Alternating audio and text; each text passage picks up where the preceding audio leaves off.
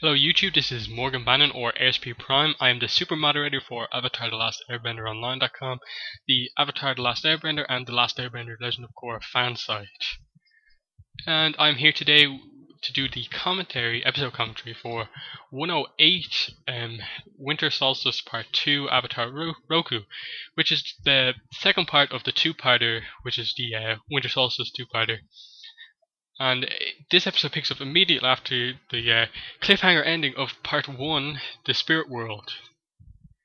And we know that Aang knows he has to go to the crescent-shaped Crescent Island in the Fire Nation to meet with Avatar Roku during the Winter Solstice, so we can discover what about this comet that's coming. And this is the kind of big episode. Of the since the opening two-parter, this is probably the big episode, the big plot-heavy episode. It's been pretty much character development up to here, but here we are with plot once again. And then we're introduced straight away with Aang doesn't want to put his Katara and Sokka in danger. He just wants to take Appa and go to the Fire Nation alone.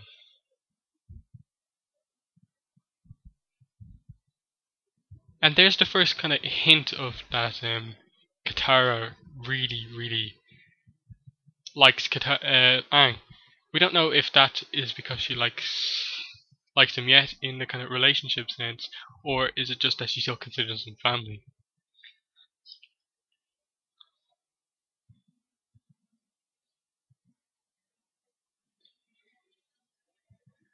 And again, they don't mind putting themselves in danger. They are kind of with him all the way. He needs them to make it true. And then the leader of the town there realizes that they have to go immediately. And then Zuko enters the town, gets the information from them,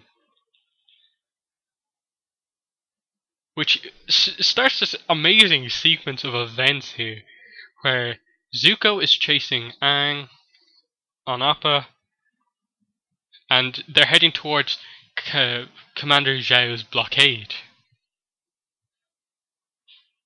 And then they were introduced to the fact that Zuko is 16.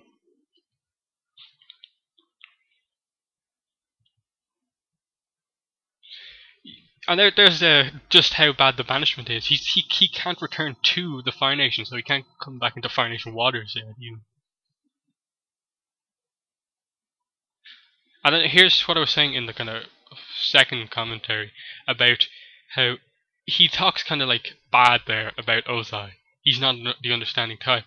Where in the first episode he was kind of like, the Fire Lord will be happy to know that the Avatar's only 12. That's kind of what I meant.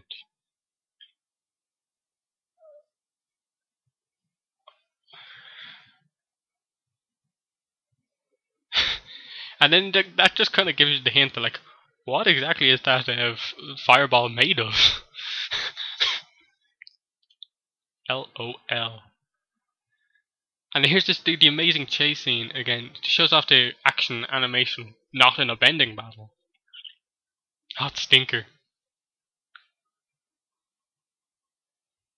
And then here's the introduction of the blockade. It's bad for both of them. This is the first time it's shown off that Zhao wants both of them captured, Zuko and Aang.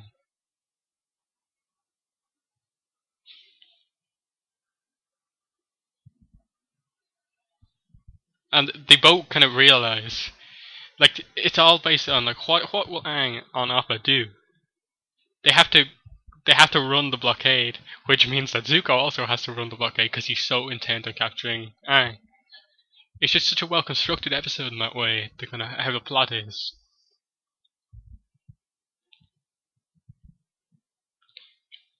I wrote taking the sensible option.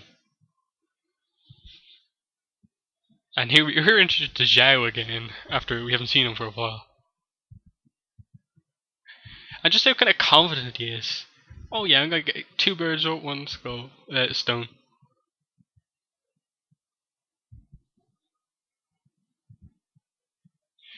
And he considers Zuko a traitor, and then it does make you wonder how much he knows about Zuko. Like, if he had known why he was banished because of, like, speaking out of turn, basically putting the lives of a group of Fire Nation soldiers ahead of kind of like just power, would he think of him any differently? Then again, the animation there, little things like Appa's fur gets on fire a bit, but he's fine. He's a beast. Sort of start. This is probably where Appa gets his like huge fear of fire. Just faces a wall of catapult fire.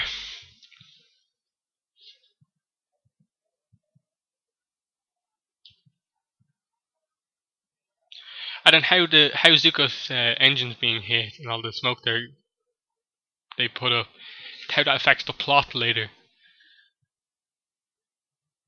And Aang thinks he can escape them by coming above the clouds, but it actually kind of hinders them because they can't see the kind of origin of where they come from.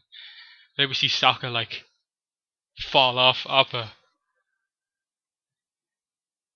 Just so much action in this episode.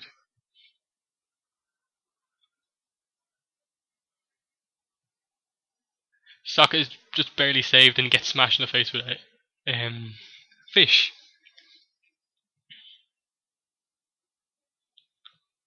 And here's Zhao's ship. He's holding one back and he just times it perfectly. Like, this is heading straight for them. But Aang leaps forward and just amazing airbending kick. Is this the definition of kind of like an airbending Spartan kick? And he just kind of demolishes that hot stinker. They get through the blockade. And then they realise kind of like, okay, they're still in a really bad situation. And then here's the kind of showing that Zhao is intelligent too.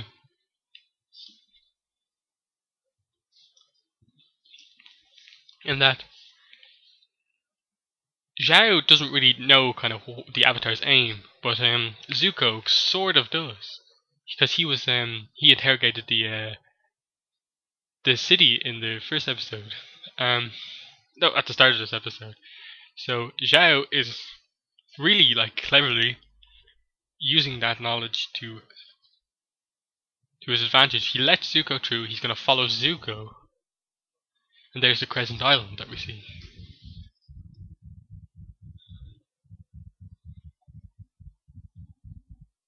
And now Appa needs to rest for so long.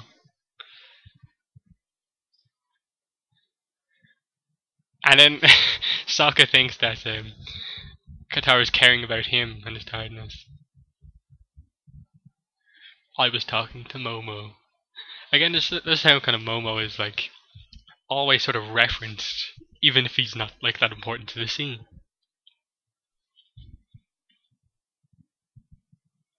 Just little subtleties in the animation there. Katara kind of petting Momo there, kind of putting his ears back. Here they are in the kind of Avatar temple. The Fire Nation Avatar temple. And as we kind of find out later, in that the fire sages kind of before the Fire Lord were the kind of leaders of the kind of Fire Nation, and then the Fire Lord kind of wanted more power and became the kind of dictator, sort of in a way, of the Fire Nation. And then we see that the Fire Sages kind of took on the role of they're loyal only to the Avatar, but because of since Sozin, I assume, they have been loyal to the Fire Lord instead of the Avatar. Except, as we see here, Fire Sage Shayu.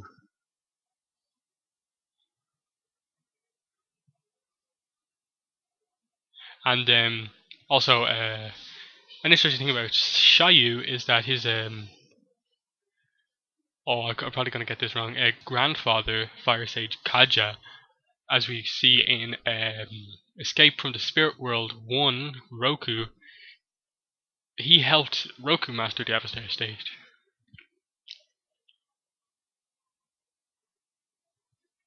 And then there's Iroh, kind of ahead of both Zhao and Zuko. He's the knowledgeable one.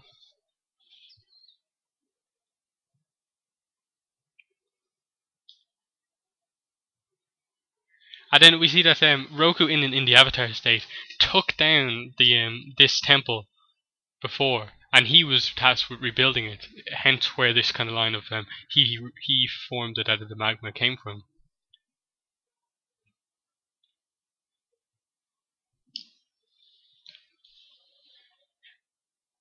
And there's the reference to the southern air temple when Aang went into the Avatar state. And this is what Avatar does very well, these little references throughout the series.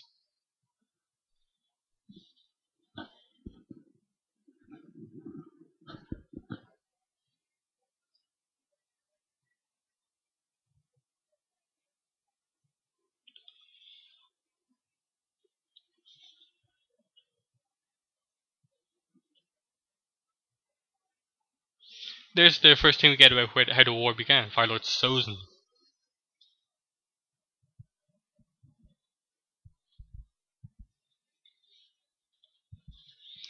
And like the kind of danger that Shayu is putting himself here by going against the kind of rule now.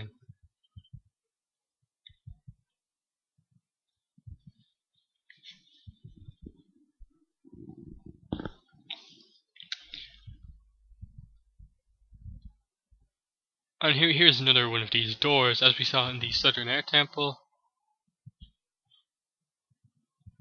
But it's even more complicated. While Aang, only one person was needed to open the kind of Hall of Avatars door. You need 5 sages to open this one.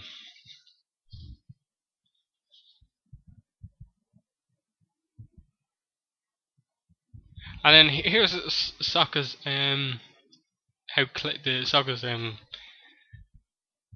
what's great about Sokka. He's not in terms of being like a technical warrior skilled with any particular weapon or like extremely strong.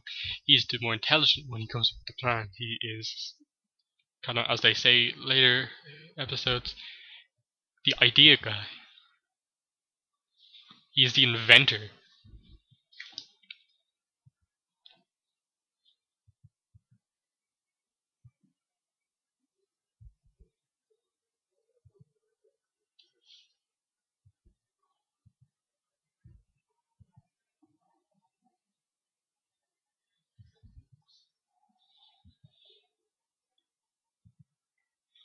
And then you do sort of wonder at this stage, where are Zhao and Zuko?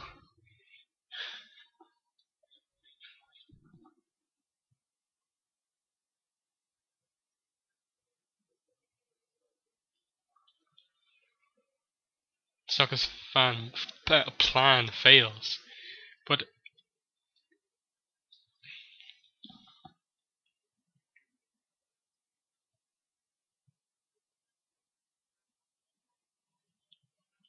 I'm getting kind of really frustrated here. He's finally kind of found a way to understand what his task is as the Avatar, and it's not working.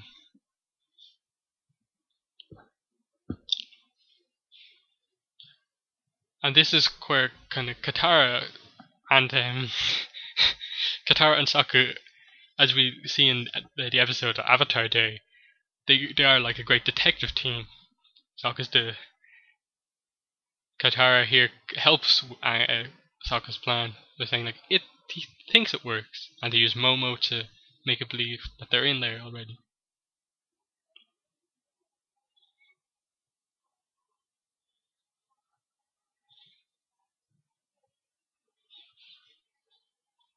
And then we're still at the stage where we're wondering what happened with Zhao, Zuko, Iroh.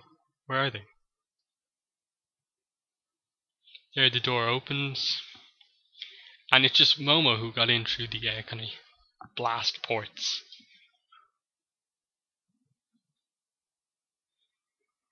And there we see they kind of contain the other sages, but Aang is nowhere to be found, and the dramatic reveal: Zuko is here now. He's captured them.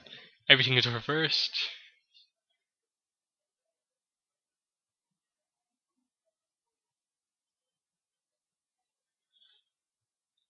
Aang, as we know, is the better kind of bender than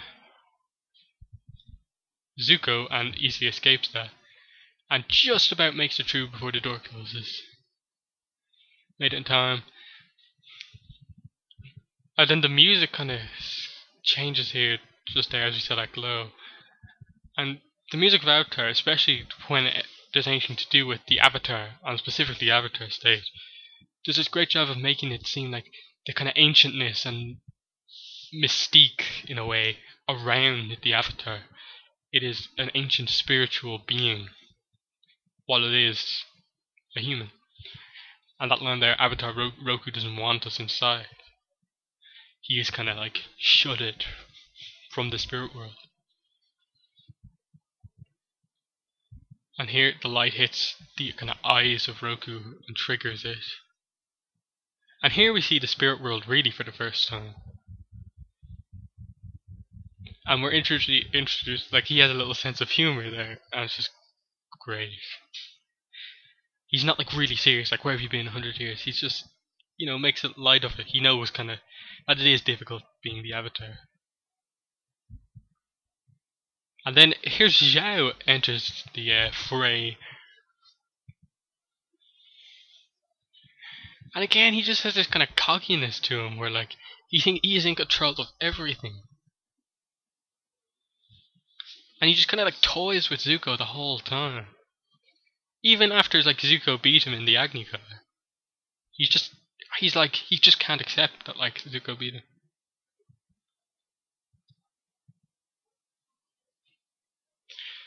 And like you think like, okay, Aang's done it, but then like the Zhao says, he has to come out, and you're like, oh my god.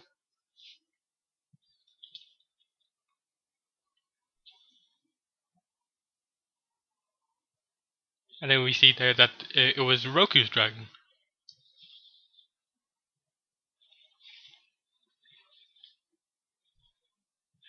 And there we get the thing that like, just as Aang left, not as Roku died, Sozin had to have the comet assisted to start the war by getting rid of the air nomads. It explains the kind of 12 years of kind of peace from Roku's death up until Aang going missing. And there it is, the overall plot thread. The comet will come back at the end of this summer. Aang has to master all 4 elements, become a fully realized Avatar before then. And then Aang just kind of like almost defeated. Feels like, how is he going to do that? He hasn't started waterbending yet. Realized the task he has on his hands. He thought he had like all the time in the world. He knew he had to do it kind of quickly because of the war, but he knew he had a bit more time. Again, all the gang think it's hopeless. What can they do? And then that line there, for you have done it before, it's just epic. Just the connection between all the avatars right there. And that is what this show does so well. The Avatar, Aang unknowingly has the wisdom of all the Avatar.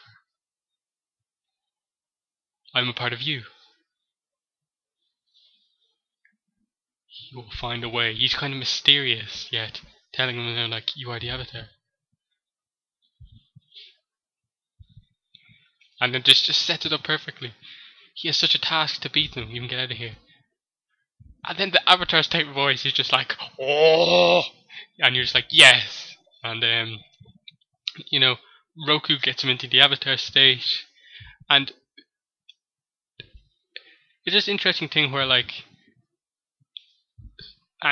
Roku effectively takes control of Aang.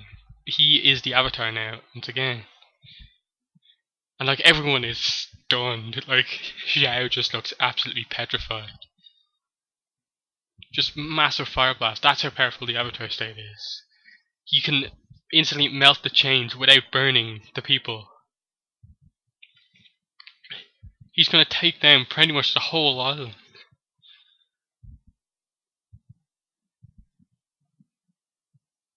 And then we see the sheer power, like that magma, he just kinda like one arm lifts the whole magma thing through the temple.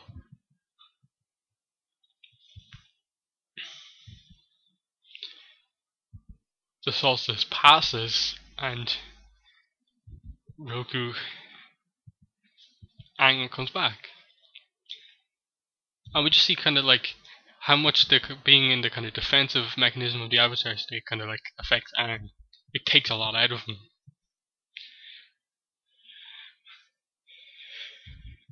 And then you're wondering like, it's like, yes, Aang and Momo to the rescue.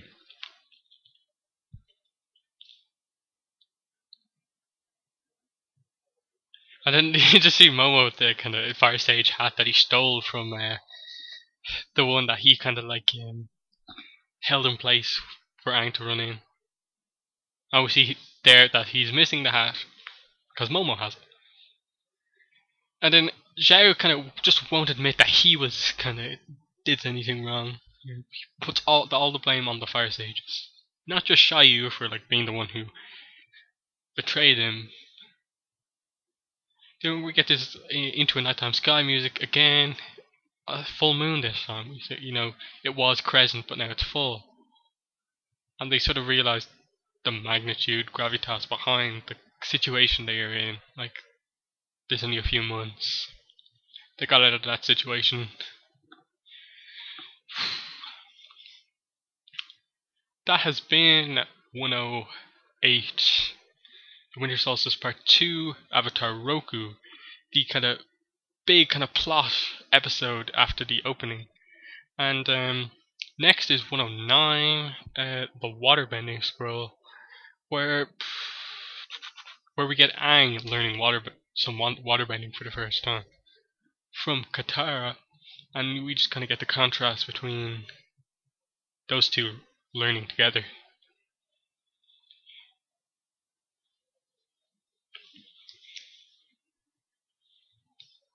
So I will see you for the next commentary.